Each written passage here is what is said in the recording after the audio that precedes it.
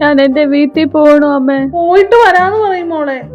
മോളെ അവിടെ എത്തിയാ ഒരു പണിയും ചെയ്യണ്ട, സുഖിക്കും ഞാൻ. ഇവര് വേഗം ഒന്ന് പോയിട്ട് വേണം ഒന്ന് റെസ്റ്റ് എടുക്കാൻ. എന്തൊരു ഓവർ ആക്ടിംഗ് ആണിത്.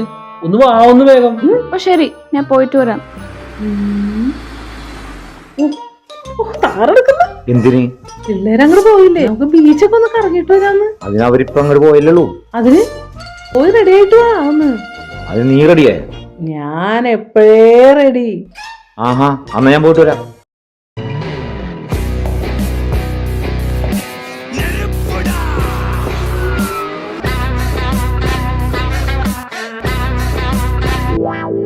വാ, പോണ്ടേ?